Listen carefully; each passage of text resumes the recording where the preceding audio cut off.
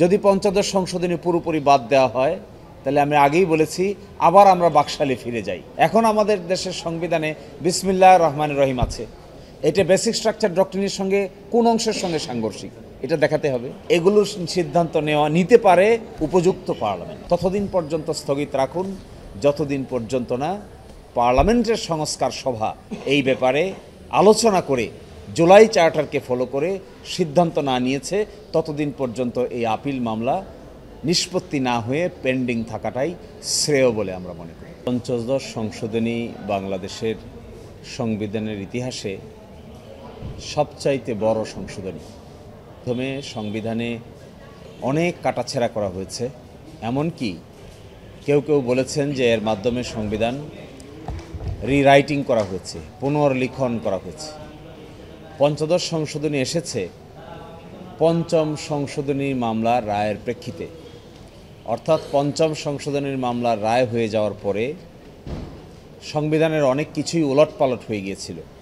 সেই উলটপালট হওয়ার প্রেক্ষিতে পঞ্চদশ সংশোধনী এসে কিছু জিনিসকে রাখা হয়েছে, কিছু জিনিস নতুন করে উত্থাপন করা হয়েছে, আর কিছু জিনিসকে পুনর্বহাল করা হয়েছে। এই মামলাটি হাইকোর্ট ডিভিশনে যখন রায় হয়েছে তখন 4টি বিষয় ছাড়া বাকি বিষয়গুলোকে সংসদের উপর ছেড়ে দেওয়া হয়েছে। আজকে আমরা মূলত আর্গুমেন্ট করেছি যে পঞ্চদশ সংশোধনী স্ক্রুটিনি করতে গিয়ে দেখা যায় যে এমন কিছু গুরুত্বপূর্ণ বিষয় এখানে জড়িত আছে, এগুলো যদি এখন বাতিল করা হয় তাহলে আমরা কিছু কিছু ক্ষেত্রে কালো অধ্যায়ের দিকে ফিরে যাব। তন্মধ্যে একটা হলো পঞ্চদশ সংশোধনী পুরোটা বাতিল করলে আবার বাকশাল পুনরুজ্জীবিত হয়। হাইকোর্ট ডিভিশনের যে পাওয়ার আছে, রিট পাওয়ার, এটি খর্ব হয়ে যায়। সুপ্রিম জুডিশিয়াল কাউন্সিলের যে বিধান আছে এটিও বাতিল হয়ে যায়। ফলে এত বড় ডিজাস্টারাস কনসিকুয়েন্সেস যেগুলো হবে আমরা এগুলো বিবেচনা করে এবং আগামীতে যে গণভোট অনুষ্ঠিত হতে যাচ্ছে এই গণভোটে একটি সংবিধান সংস্কার সভা গঠিত হবে। এই সংবিধান সংস্কার সভাই আগামীর পার্লামেন্টে দায়িত্ব পালন করবেন।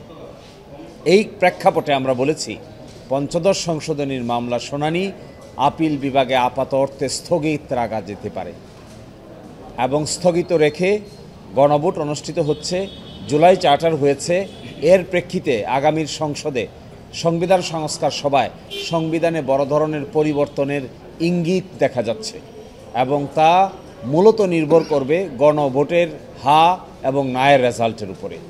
এই প্রেক্ষাপটে এখন যদি আমাদের সুপ্রিম কোর্ট কোনো একটা বিধানকে রাখেন, কোনো একটা বিধানকে বাদ দেন, কোনো একটা বিধানকে প্রাধান্য দেন, আর কোনো একটা বিধানকে একেবারেই সংবিধান থেকে অসাংবিধানিক ঘোষণা করেন, তাহলে আগামীর গণভোটের পরে নতুন সংবিধান সংস্কার সভা গঠিত হলে যে সিচুয়েশন তৈরি হবে সেখানে বাড়তি জটিলতার তৈরি হতে পারে।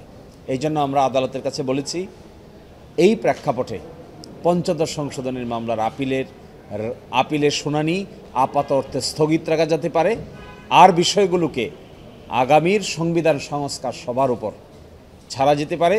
এই ক্ষেত্রে আগামীর সংবিধান সংস্কার সভা গণভোটের রেজাল্টের ভিত্তিতে বাকি পদক্ষেপ নিতে পারে। আমরা দেখেছি স্ক্রুটিনি করে যে পঞ্চদশ সংশোধনী যদি পুরোটা বাতিল হয়ে যায় তাহলে আমরা আবার চতুর্থ সংশোধনীতে ফিরে যাই। চতুর্থ সংশোধনীতে বাংলাদেশে বাকশাল প্রতিষ্ঠিত হয়েছে, একদলীয় শাসন ব্যবস্থা প্রতিষ্ঠিত হয়েছে। পঞ্চদশ সংশোধনী যদি পুরোটা বাতিল করা হয় তাহলে সুপ্রিম জুডিশিয়াল কাউন্সিল, অর্থাৎ বিচারকদের বিরুদ্ধে অভিযোগ দেওয়ার জন্য যে সুপ্রিম জুডিশিয়াল কাউন্সিল গঠিত হয়েছিল সেটিও বাদ পড়ে যায় এবং হাইকোর্ট ডিভিশনের যে রিট জুরিসডিকশন এই অংশটিও বাদ পড়ে যায়। এগুলো সত্যিকার অর্থে অনেক বড় ধরনের কনসিকুয়েন্স ডেকে নিয়ে আসবে। অথচ ঐকমত্য কমিশনে সংবিধান সংস্কার সংক্রান্ত যে সমস্ত বিষয়ে ঐকমত্য হয়েছে এবং গণভোটে যাচ্ছে, এই সবগুলো একত্রিত করে গণভোটে হা হলে সংবিধান সংস্কার সভা তার উপরে উপযুক্ত আলোচনা করে সিদ্ধান্ত নিতে পারবে। এই ক্ষেত্রে এই মুহূর্তে আদালত যদি হস্তক্ষেপ করেন বা আদালত কোনো একটা সিদ্ধান্ত নেন কোনটা রাখবেন কোনটা রাখবেন না, কোনটা সঠিক কোনটা ব্যাটিক, এতে আগামীর সংবিধান সংস্কার সভার সামনে প্রতিবন্ধকতা দেখা দিতে পারে। এই প্রেক্ষাপটে আমরা বলেছি ততদিন স্থগিত রাখুন যতদিন সংবিধান সংস্কার সভায় এই সমস্ত বিষয়ে সিদ্ধান্ত না হয়েছে। সংবিধান সংস্কার সভায় যদি ভিন্ন সিদ্ধান্ত নেন এমনও হতে পারে পঞ্চদশ সংশোধনী আর আলোচনার প্রয়োজন নাও হতে পারে। যদি পঞ্চদশ সংশোধনী বাদ দেওয়া হয় তাহলে সংবিধান থেকে বিসমিল্লাহ বাদ পড়ে যায়। যদি পঞ্চদশ সংশোধনী পুরোপুরি বাদ দেওয়া হয় তাহলে আমি আগেই বলেছি আবার আমরা বাকশালে ফিরে যাই, নেসেসারি ইমপ্লিকেশনস। ফলে শুধুমাত্র আদালতের দৃষ্টিসীমার মধ্যে আলোচনা করেই এত বড় জিনিসের সিদ্ধান্ত নেওয়াটা সঠিক হবে না। আমরা মনে করেছি যেহেতু এই সব কিছু বিষয়ে কি পরিবর্তন হবে, সংবিধানের মৌলিক নীতিতে কি পরিবর্তন হবে, এটিও জুলাই চার্টারে প্রস্তাব করা হয়েছে। সেকুলারিজমের কথা আপনারা শুনেছেন। তারপরে পঞ্চম সংশোধনীতে আসছিল সেকুলারিজম, যার উইদিন ব্র্যাকেট লেখা ছিল না, যার সেকুলারিজমের জায়গায় আসছিল আল্লাহর উপর পূর্ণ আস্থা এবং বিশ্বাস। এখন যদি সেকুলারিজমকে বাদ দেওয়া হয়, ওইদিকে পঞ্চম সংশোধনী আগেই বাদ হয়ে গেছে, তাহলে যাব কোথায়? আমরা যাব ৭২-এর সংবিধানের প্রথম সেকুলারিজমের কাছে। এই ডিজাস্টারাস কনসিকোয়েন্স থেকে মুক্তির জন্য যে রাস্তাটা চিন্তা করা হচ্ছে ওয়াইডার পার্সপেক্টিভে, সেটা হলো জুলাই চার্টার, সংবিধান সংস্কার সভা, নতুন করে সংবিধান সংস্কার করা এবং দ্বিকক্ষ বিশিষ্ট পার্লামেন্ট যাত্রা শুরু করা। এই পার্সপেক্টিভকে বাদ রেখে কোনো একটা বিধানের কোনো একটা অংশকে বাদ দিয়ে কোনো একটা অংশকে রেখে জটিলতা কমবে না, জটিলতা বরঞ্চ আরও বৃদ্ধি পাবে। সেজন্য আমরা বলেছি ততদিন পর্যন্ত স্থগিত রাখুন যতদিন পর্যন্ত না পার্লামেন্টের সংস্কার সভা এই ব্যাপারে আলোচনা করে জুলাই চার্টারকে ফলো করে সিদ্ধান্ত না নিয়েছে, ততদিন পর্যন্ত এই আপিল মামলা নিষ্পত্তি না হয়ে পেন্ডিং থাকাটাই শ্রেয় বলে আমরা মনে করি। দেখুন, একটা উচ্চ আদালত, একটা দেশের উচ্চ আদালত তো পছন্দ মতো একটা জিনিসকে বাদ দিবে, পছন্দ মতো একটা জিনিসকে রাখবে, এটি তো সমীচীন হবে না। বাদ দিতে গেলে আপনাকে দেখাতে হবে যে বেসিক স্ট্রাকচার ডক্ট্রিনের সঙ্গে সাংঘর্ষিক। এটি না দেখায় তো আপনি বাদ দিতে পারবেন না। এখন আমাদের দেশের সংবিধানে বিসমিল্লাহির রহমানির রহিম আছে, এটা বেসিক স্ট্রাকচার ডক্ট্রিনের সঙ্গে কোন অংশের সঙ্গে সাংঘর্ষিক এটা দেখাতে হবে। আমাদের দেশের সংবিধানে রাষ্ট্রধর্ম ইসলাম আছে, অন্যান্যরাও তার ধর্ম পালনের স্বাধীনতা ভোগ করতে পারবে। এটিকে আমরা কোন অর্থে বলবো যে বেসিক স্ট্রাকচার ডক্ট্রিনের সঙ্গে সাংঘর্ষিক? ফলে এগুলোর সিদ্ধান্ত নিতে পারে উপযুক্ত পার্লামেন্ট। উপযুক্ত পার্লামেন্টটা কিভাবে হবে সেই ব্যাপারে জুলাই চার্টারে প্রস্তাব করা হয়েছে। সংবিধান সংস্কার আদেশ ২০২৫ যেটা জারি করা হয়েছে তার মধ্যে রোডম্যাপ দেওয়া আছে। গণভোট হবে, গণভোটে উত্থাপিত হবে ৪টা প্রশ্ন, একটা উত্তর হবে হা না।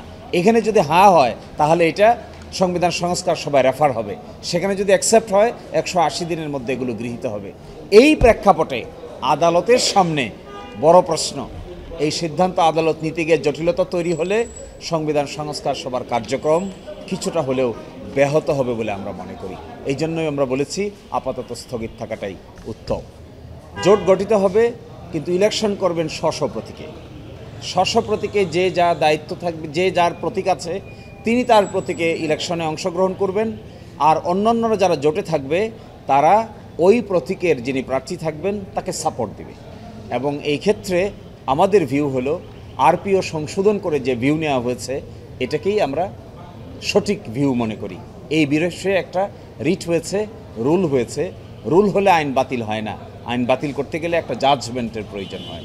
এই ধরনের কোনো জাজমেন্ট যেহেতু হয় নাই, সেজন্য স্ব প্রতীকে নির্বাচন করাই আগামী নির্বাচনের ক্ষেত্রে একমাত্র পদক্ষেপ হবে, জোটগতবদ্ধ হলো।